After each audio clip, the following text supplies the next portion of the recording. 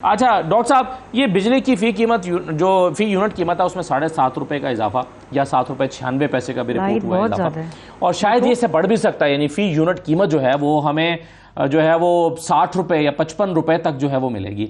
मेरा सवाल आपसे ये है कि क्या ये पाकिस्तान को IMF की कंडीशंस को पूरा करने के लिए करना पड़ा है या हमारी कॉस्ट बढ़ गई है बिजली की प्रोडक्शन की, क्या हुआ है? असद साहब, ये सवाल बहुत दफ़ा चूँकि पूछा जाता है और मैं हमेशा ये कहता हूँ कि आप और मैं ये जानते हैं कि पाकिस्तान में जो बिजली की कीमत का तयन है वो IMF नहीं करती। वो पाकिस्तान की जो कंपनियां हैं वो एक रेगुलेटर के पास जाती हैं जिसका नाम है नेपरा, और नेपरा डिटर्मिन करता है और उसने डिटर्मिन किया कि एवरेज कीमत ₹4.95 जो है वो बढ़ जानी चाहिए। ये तो नंबर 1 बात है। IMF सिर्फ आपको ये कह रहा है कि अब आप बताइए कि आपने इस कीमत को कैसे संभालना है।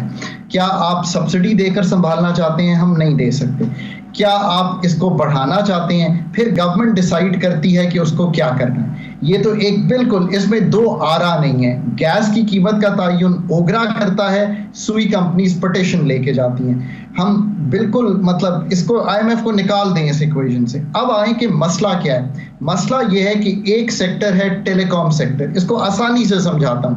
वो चला रही है प्राइवेट सेक्टर। क्या आपने कभी ये कंप्लेन किया कि आपके मोबाइल का बिल ज्यादा आया है, कि आपके पास इनएफिशिएंसी है, कि आपकी जो है आवाज नहीं सही आती? ऐसी कोई कंप्लेंट नहीं की।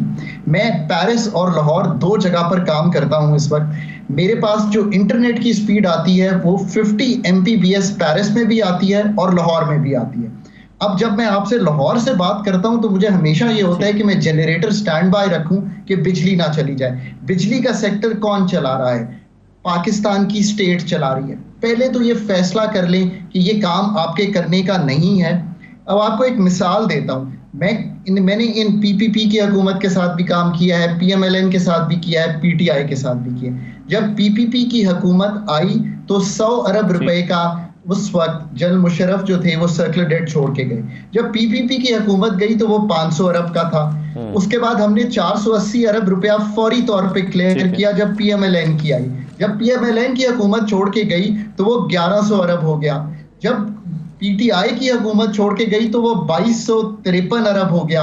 PDM के अंडर वो मई में 2600 कुछ 40 अरब के करीब चला गया। इनमें से कोई भी ये नहीं चाहता कि ये बढ़े, पर हमारा स्टेट एपरेटिस इसको संभाल ही नहीं पा रहा। इसमें कोई लो हैंगिंग फ्रूट नहीं है। इसमें सिर्फ डिसरप्शन है। डिस्कोस को बेचना है, जेनकोस को बेचना है, इनकी क्लियरेंस करनी है, फिर आपने टैरिफ का एक नया निज़ाम बनाना है, आपने IPPs के साथ रीनिगोशिएट करना है। अब मैं आपको हार्ड वर्क बता रहा हूं जो होने वाला है, जो कोई कर नहीं पा रहा पाकिस्तान में, और माजरत के साथ ये कहता हूं कि ये बढ़ता चला जाएगा, ये रुकेगा नहीं, क्योंकि पाकिस्तान का ये टाइड है विद द डॉलर रेट। उसकी वजह से ये टाइड है फॉसिल फ्यूल्स के साथ। सो इसको हैंडल अगर नहीं करेंगे तो इसकी सब्सिडी भी इतनी बड़ी है कि हम उसको संभाल नहीं पाएंगे।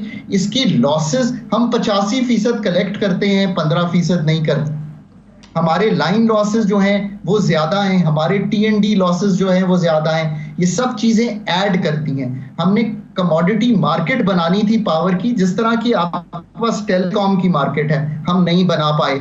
हमने एक्सपोर्ट के लिए कोई टैरिफ स्पेशली बनाना चाहिए और बनाना चाहिए, पर हम ये भी नहीं कर पा रहे कि हम डायरेक्ट व्हीलिंग करें। मैं आपको ये इसलिए चीजें बता रहा हूं कि अगर ये काम नहीं करेंगे तो पूरे मुल्क की जो इकोनॉमिक प्रॉस्पेरिटी है वो टाइड है इससे। जो भी आने वाली नई हुकूमत है, मैंने आपके सामने एक खाका रख दिया है, पर याद रखिए कि मैं फिर कहूंगा कि we don't have the competence to do the things that I have explained to you. एक चीज मैं डॉक्टर खाकान साहब आपके सामने रखना चाहता हूं, और वो मामला है कि एक आज बहस हुई है कि हमारी इकोनॉमी को एक चीज़ स्ट्रेंथन कर सकती थी, और ये किसी और आदमी ने नहीं की बल्कि पाकिस्तान के प्राइम मिनिस्टर ने की है। और शहबाज शरीफ साहब ने ये कहा है कि अगर मुल्क से पैसा वो 300 मिलियन बाहर से आ जाता तो आज हमें IMF के पास ना जाना पड़ता। कुछ वादा जो है वो शहबाज शरीफ साहब ने खुद भी किया था पैसे वापस लाने का, लेकिन ये वादे किसी ने भी पूरे नहीं किए। अब क्या वाकई हमें IMF के पास डॉक्टर खाकान अजीब साहब ना जाना पड़ता अगर ये 300 मिलियन वापस आ जाते? क्या ये ओवर सिंप्लीफाई कर रहे हैं प्राइम मिनिस्टर साहब? ये वाकई हमारे मरज का हल है ये?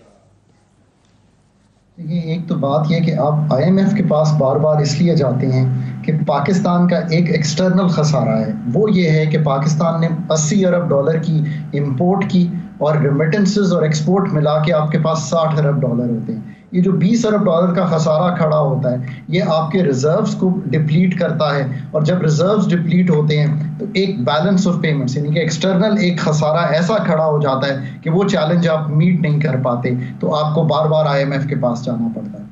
दूसरी वजह यह है कि आपका एक फिजिकल खसारा है, आप कमाते कुछ हैं और आप कुछ करते हैं। मतलब इस इतनी इतनी टफ कंडीशन है कि पाकिस्तान की जो फेडरल गवर्नमेंट जो कमाएगी वो इतना भी काफी नहीं है net of giving to the provinces कि वो अपना मार्कअप मीट कर सके। उसके लिए भी 300 अरब से ज्यादा बोरो करना पड़ेगा।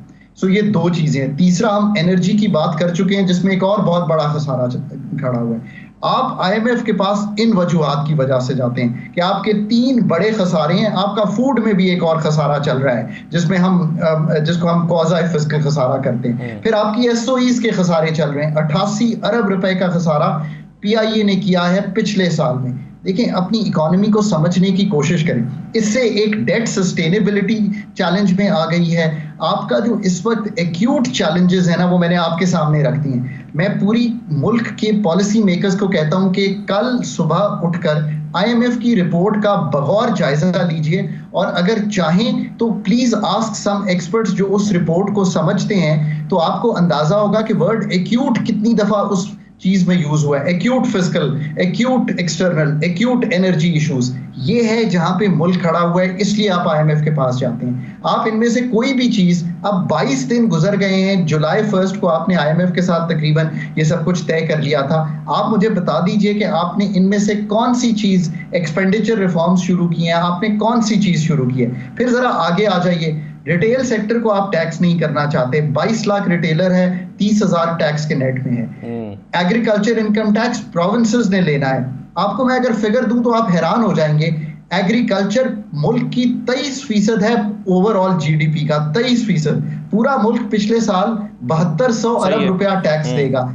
एग्रीकल्चर 4 अरब रुपया भी एग्रीकल्चर इनकम टैक्स नहीं देगा। यह आपने फैसला किया हुआ है। इसी तरह प्रॉपर्टी का सेक्टर है। अगर आप मुल्क को इस तरह चलाएंगे तो फिर आपको आईएमएफ के पास जाना पड़ेगा। अब आखिरी कमेंट इस पे कर देता हूं कि एक्सटर्नल अभी तो हुकूमत ने यकीन दहानी कराई है असेंबली में खड़े होकर।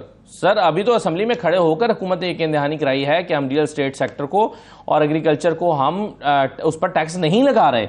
तो ये जो आप कह रहे हैं कि इस पर जब तक नहीं लगाएंगे मसला हल नहीं होगा, तो हुकूमत ने तो इस पर वाज़ेह ऐलान कर दिया है। खाकान नजीब साहब, आखिरी सवाल मेरा आपसे मुख्तसरन ये है कि ये जो हम अभी ऑस्टेरिटी की बात कर रहे थे, करोड़ों रुपए खर्च किए गए पिछली हुकूमत के 1 साल में, ये थोड़े कम पैसों में ये इतने ही दौरे हो गए थे। इस साल जो है वो ज़्यादा हुए हैं, ज़्यादा पैसे लगे हैं।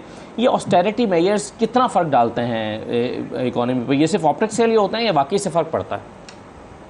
देखिए, रियल ऑस्टेरिटी जो पाकिस्तान की है ना, उसका ताल्लुक है कि आप पूरा जो एक्सपेंडिचर है उसको कैसे संभालते हैं। ये मतलब दौरे वगैरह, ये चूंकि बहुत छोटा एक्सपेंडिचर है, आपका एक बहुत बड़ा एक्सपेंडिचर जो है वो सब्सिडीज पे जा रहा है, आपने उसको रिफॉर्म करना है। वो 1074 अरब रुपए का है। मतलब 1000 अरब के एक्सपेंडिचर को पहले कंट्रोल कीजिए। इसी तरह जो एसओईज के लॉसेस हैं उनको संभालिए। असल ऑस्टेरिटी मुल्क की ये है। असल ऑस्टेरिटी ये है कि आपका 7300 अरब सिर्फ मार्कअप में जा रहा है। ये चीजें हैं जो पाकिस्तान को रियल करने वाली हैं। असद साहब, मैं ये कहने की कोशिश कर रहा हूँ कि अब वक्त आ गया कि पाकिस्तान के जो बेसिक फंडामेंटल मसाइल है ना, उनको ठीक करें।